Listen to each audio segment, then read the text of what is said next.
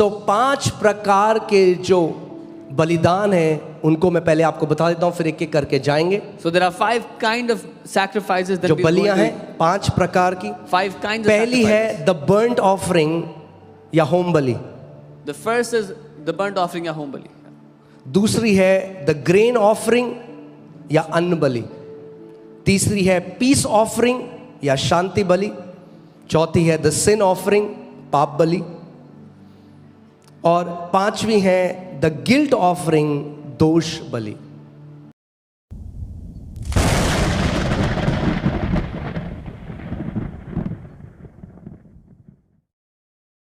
की व्यवस्था में मेरे बारे में लिखा गया है, तो अब आप ढूंढो व्यवस्था में यीशु मसीह कहां है। So when you have read that in the book of Moses it talks about me, now you find out where it talks about him. तब मजा आएगा पुराना नियम पढ़ने में। Then you will enjoy reading the Old वरना Testament. आप कहोगे ये क्या लिखा है, Otherwise you will say, what is written? किसके बारे में लिखा है पुराने नियम में। Who is it written about in the Old Testament? मुझे लग रहा है थोड़ा इंटेंस फास्टिंग चल रही है। किसके बारे में लिखा है पुराने नियम में? Who is it written about?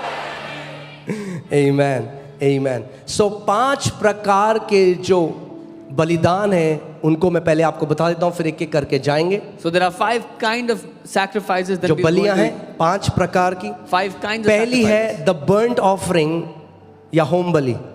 The first is the burnt offering या home बलि. दूसरी है द ग्रेन ऑफरिंग या अन्न बलि। तीसरी है पीस ऑफरिंग या शांति बलि। चौथी है द सिन ऑफरिंग, पाप बलि। और 5वीं है द गिल्ट ऑफरिंग, दोष बलि। ये 5 बलियां जो लेविटिकस लेव व्यवस्था की पुस्तक में लिखी गई, और आज हम देखेंगे कैसे ये सब मसीह के बारे में है। These 5 offerings were mentioned in the book of Leviticus and we'll see how these were all about the Lord. तो अगली बार जब आप लेव व्यवस्था पढ़ेंगे तो आपको बड़ा मजा आएगा। So next time when you read the book of Leviticus you'll really enjoy it. Amen. Usually जो लोग कहते हैं कि मुझे पूरी बाइबल खत्म करनी है 1 साल में, जब लेविटिकस में आते हैं तो they give up. When people say they want to finish the Bible in a year, they give up when they reach the book of Leviticus. Amen. So let's talk about the first offering. पहली जो बलि है the burnt offering. Home बलि की हम बात करते हैं. And it represents complete or total surrender. और ये दर्शाता है पूर्ण समर्पण को. Amen. और इस साल के पहले संडे हम देखेंगे कि कैसे ये प्रभु यीशु मसीह के लिए, मगर उसके बाद हम ये भी देखेंगे इस बलिदान के बाद हमारा रिस्पॉन्स क्या होना चाहिए। So we know that this is for the Lord Jesus, but today as it's the first Sunday we will see after this sacrifice what should be our response to him. Amen. और इसमें बात है जानवरों की बलि की। And it talks about animal sacrifice. भेड़, बकरियां, बैल, sheep, goat, ox. और मैं इससे पहले मैं बोल दूं कि ये बलियां केवल यहूदी धर्म में नहीं थी, ये यहूदी लोग थे जिनको परमेश्वर ने कहा था, ये हिंदू धर्म में भी थी। आप वेदों में देखेंगे तो सब जगह आपको ये सेम तरह की बलियां मिलेंगी। बैलों की बलियां, बछड़ों की बलियां, ये सारी बलियां उसमें भी है। And these were not only तो पहले given to क्लियर कर दूं Jews. आपको, Yeah, these were not only given to Jews, you will also find these in the old Hindu texts. वैदिक टाइम में ये सब बलियां होती थी। In the times of the different Vedas. मगर all अब हम लेविटिकस में आते हैं, these- Let's come to the book of Leviticus. और यहाँ देखिए क्या लिखा है। लेविटिकस चैप्टर 1 1 से 4 हम जल्दी से पढ़ेंगे, और मैं चाहता हूँ आप अपना ध्यान भटकने ना दें, Do not ध्यान let- से सुने। Okay. Don't Now be the distracted. Lord called to Moses and spoke to him from the tabernacle of meeting, saying, Speak to the children of Israel and say to them, when any one of you brings an offering to the Lord, you shall bring your offering of the livestock, of the herd and of the flock. If his offering is the burnt sacrifice of the herd, let him offer a male without blemish. He shall offer it of his own free will at the door of the tabernacle of meeting before the Lord. Then he shall put his hand on the head of the burnt offering, and it will be accepted on his behalf to make atonement for him. यहोवा ने मूसा को बुलाकर मिलाप वाले तंबू में से उससे कहा, इज़राइलियों से कहे कि तुम में से यदि कोई मनुष्य यहोवा के लिए पशु का चढ़ावा चढ़ाए, तो उसका बलि पशु गाय बैलों अथवा भेड़ बकरियों में से एक का हो। यदि वह गाय बैलों में से होम बलि करे तो निर्दोष नर मिलाप वाले तंबू के द्वार पर चढ़ाए कि यहोवा उसे ग्रहण करे। वह अपना हाथ होम बलि पशु के सिर पर रखे और वह उसके लिए प्रायश्चित करने को ग्रहण किया जाएगा। आमेन। सबसे पहली बात, द बर्न सैक्रिफाइस, ये वो बलि थी जिसको पूरी तरह से जला दिया जाता था। This was the sacrifice that was completely burned.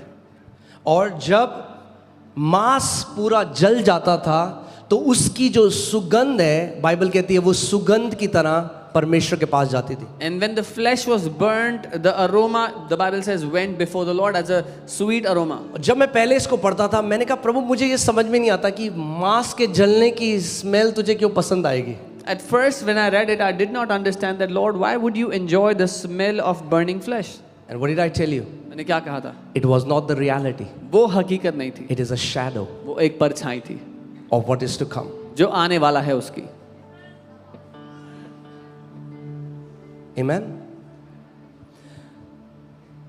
When Jesus, यीशु मसीह हमारे लिए burnt sacrifice बन गया, Jesus became the burnt sacrifice वो होम for बलि us. बन गया He became the burnt sacrifice. और उसने अपने आप को हमारे लिए अर्पण कर दिया। And he surrendered himself for us. और सारा जजमेंट जो मानव जाति पे आना था पाप का, वो उसके ऊपर आ गया। और जब उसके बाद जब पाप को दूर हो गया, वो एक स्मेल परमेश्वर के सामने आई, that represented Jesus. And when the mankind was to be judged for sin, he took all the sin upon himself, and the smell, the sweet aroma of that sacrifice came before the Father. Amen. So यीशु मसीह ने, चलिए यहाँ पे देखते हैं एक scripture, 1 Peter 3:18. पहला पत्रस 3:18. For Christ also suffered once for sins, the just for the unjust, that he might bring us to God, being put to death in the flesh, made alive by the Spirit. इसलिए कि मसीह ने भी अर्थात अधर्मियों के लिए धर्मी ने पापों के कारण एक बार दुख उठाया ताकि हमें परमेश्वर के पास पहुंचाए। वह शरीर के भाव से तो घात किया गया पर आत्मा के भाव से जलाया गया। जो यीशु मसीह का वो बलिदान था, जो उसने पूरे मानव जाति के दंड को अपने ऊपर ले लिया, The sacrifice of Jesus, that he took the punishment of the entire mankind upon himself. and that sacrifice rose as a sweet smelling aroma to the Father. और वो बलिदान एक मीठी सुगंध की तरह पिता के सामने आया। Amen.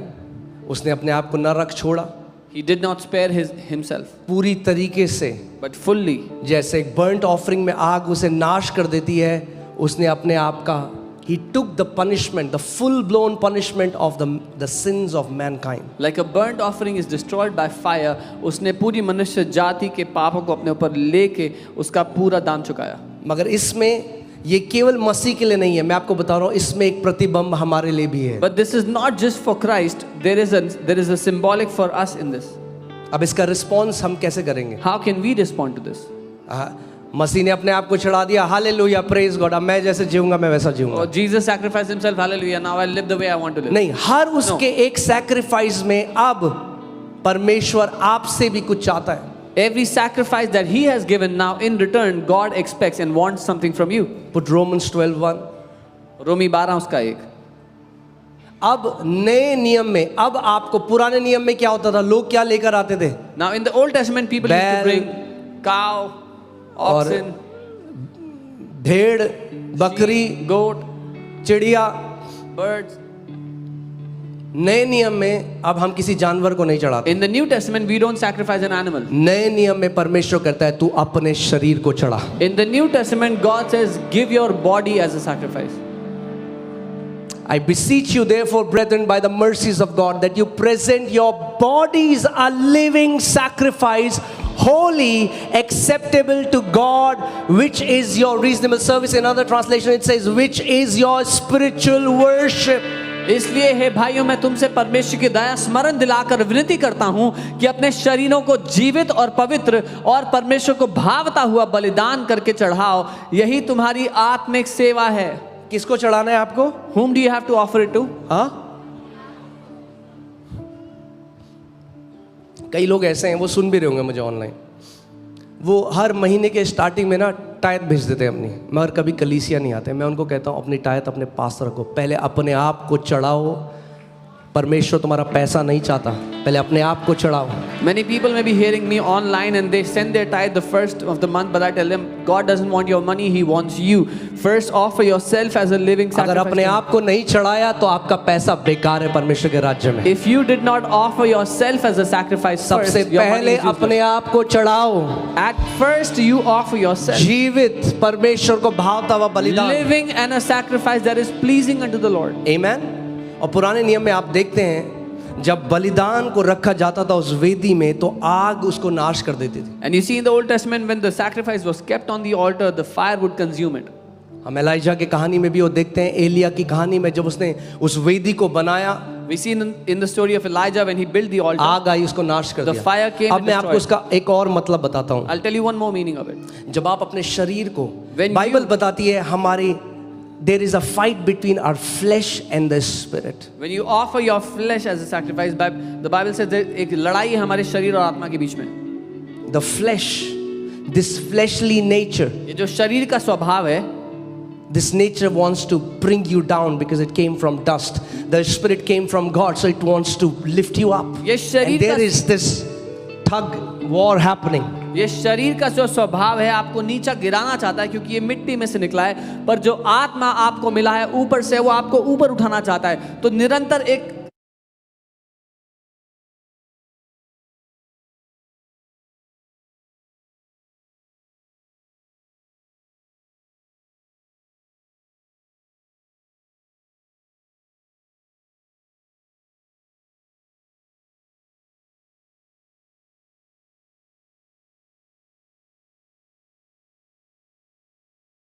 फ्लैशली एपेटाइट्स को जलाती है और वो सुगंध परमेश्वर के सिंहासन के पास जाती है और वो सुगंध उसके लिए एक बहुत ही मीठी सुगंध है।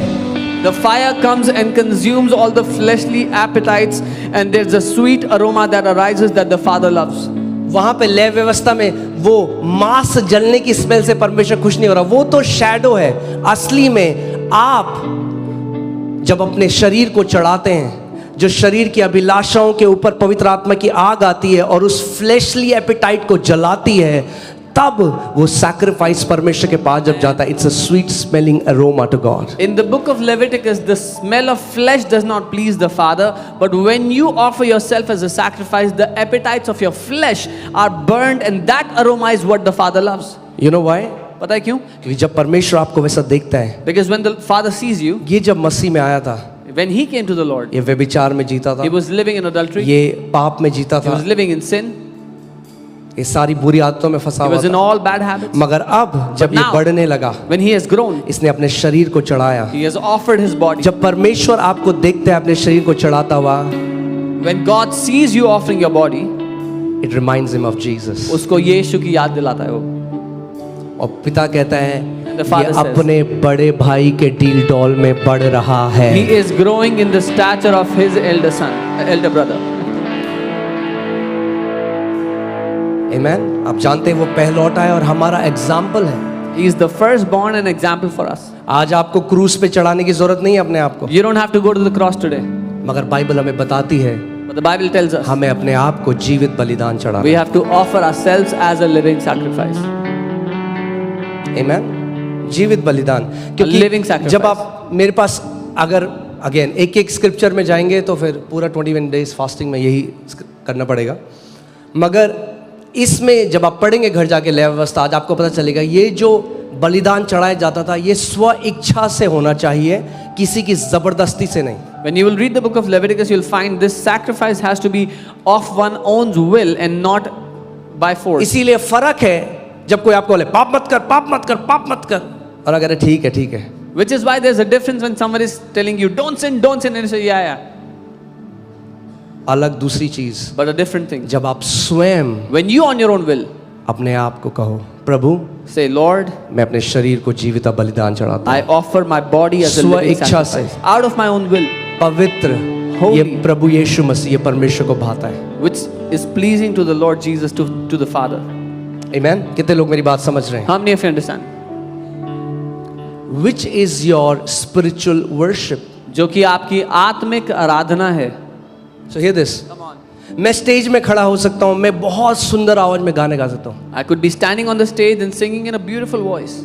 मगर अगर मैंने अपने शरीर को नहीं चढ़ाया, But if I did not offer my body, मैं इस पुलपिट से जब वापस जाता हूँ, मैं वही करता हूँ जो मेरा शरीर करने को कहता है, मैं अपने शरीर की अभिलाषाओं में जीता हूँ, तो मैं परमेश्वर की आराधना नहीं कर रहा, मैं गाने गा रहा हूँ। when I go back from this pulpit and do what I want to do, I'm not worshiping God, I'm just singing songs.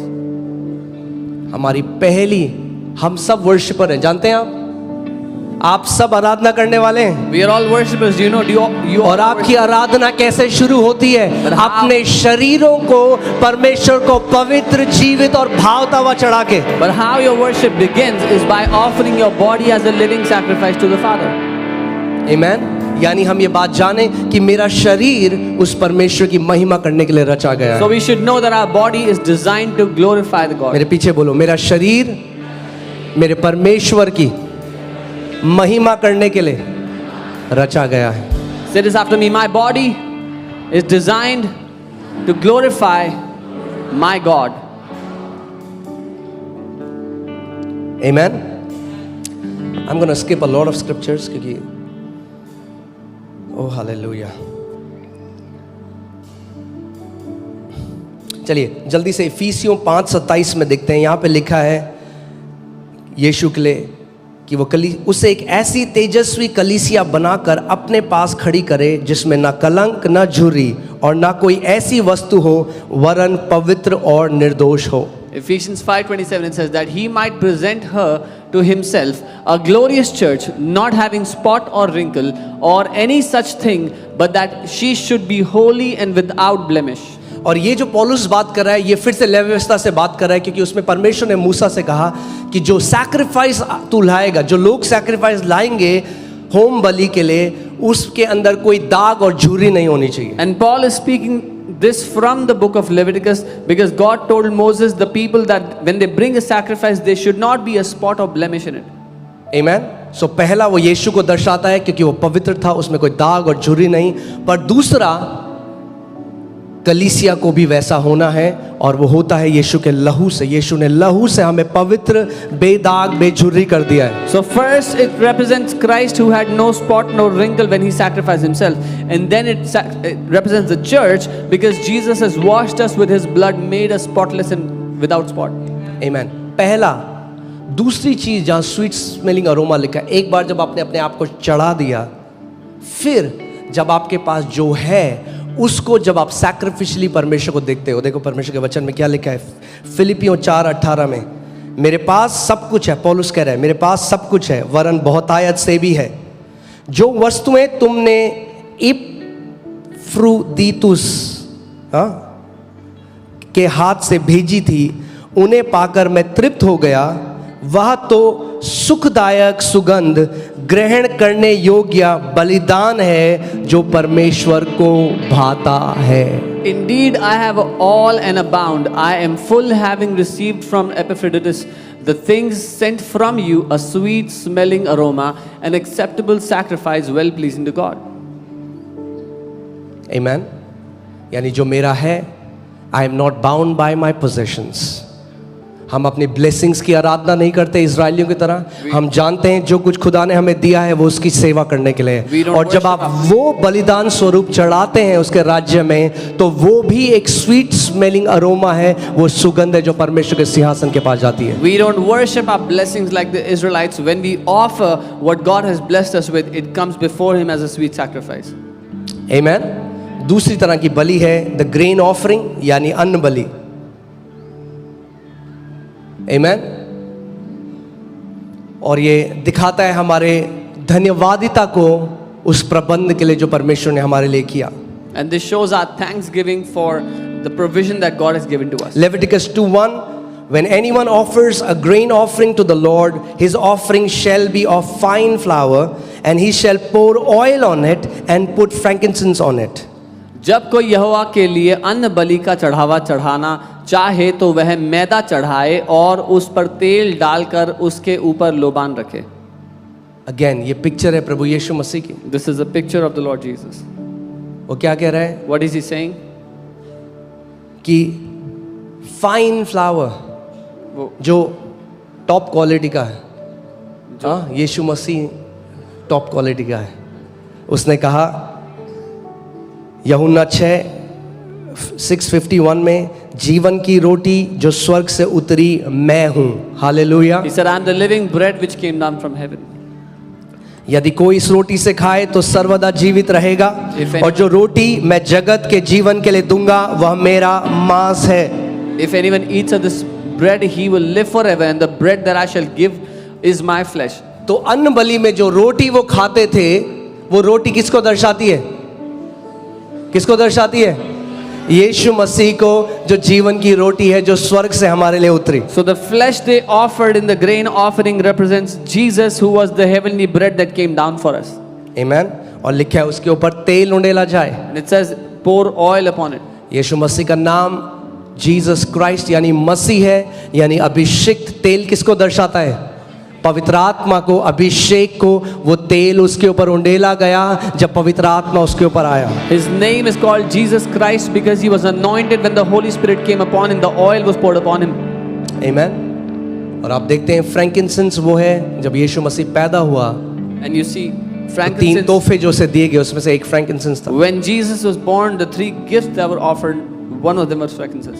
फ्रैंकिंसेंस दर्शाता है शुद्धता को, It पवित्रता represents- को। और जब वो किसी भी इस बलि में मिलाया जाता था तो फिर से एक स्वीट स्मेलिंग अरोमा, एक सुगंध की तरह परमेश्वर के पास जाता था। It represents holiness and purity, and when it was mixed in this bread, in this sacrifice, it was like a sweet aroma before the Father. आमेन। लय व्यवस्था 2:4, जब तू अन्न बलि के लिए तंदूर में पकाया हुआ चढ़ावा चढ़ाए तो वह तेल से सने हुए अखमीरी मैदे के फुलकों या तेल से चुपड़ी हुई अखमीरी चपातियों का हो। And if you bring as an offering a grain offering baked in the oven, it shall be unleavened cakes of fine flour mixed with oil and unleavened wafers anointed with oil. Bible बताती है, परमेश्वर ने बताया कि ये जो आटा है, जो मैदा है, जो भी है, उसमें खमीर नहीं होना चाहिए, ये अखमीरी रोटी होनी चाहिए, क्योंकि खमीर पाप को दर्शाता है। And God said there should not be leaven in this, it should be unleavened because leaven represents sin. और यीशु मसीह के अंदर कोई पाप नहीं था। And there was no sin in Jesus. 2 कुरिन्थियों 5:21, He who knew no sin Amen. was made sin on our behalf. 2 Corinthians 5:21, वो जो पाप रहित था हमारे लिए पाप बन गया. Amen. So जब आप कम्युनियन लेते हो When और you take साथ में communion, जब आप रोटी भी खाते हो, हर when you- बार जब आप रोटी को तोड़ते हो, आप याद कर सकते हो यीशु मसीह के उस बलिदान को, जो वो हमारे लिए तोड़ा गया, जो उसने अपने आप को, जो पाप नहीं जानता था, हमारे लिए पाप बन गया ताकि हम परमेश्वर की धार्मिकता बन जाएं। When you take communion, even when you break bread, you can remember Jesus, who knew no sin, became sin for us so that we might become the righteousness of God. Amen. Hallelujah. ये क्या था? इसमें खमीर मिली भी नहीं हो। There should be no leaven. अब in this. हमारे लिए हमारा रिस्पॉन्स क्या है? Now for us, what is our response on this? हम कैसे एक ग्रेन ऑफरिंग को रिस्पॉन्ड करें? How do we respond to a grain offering?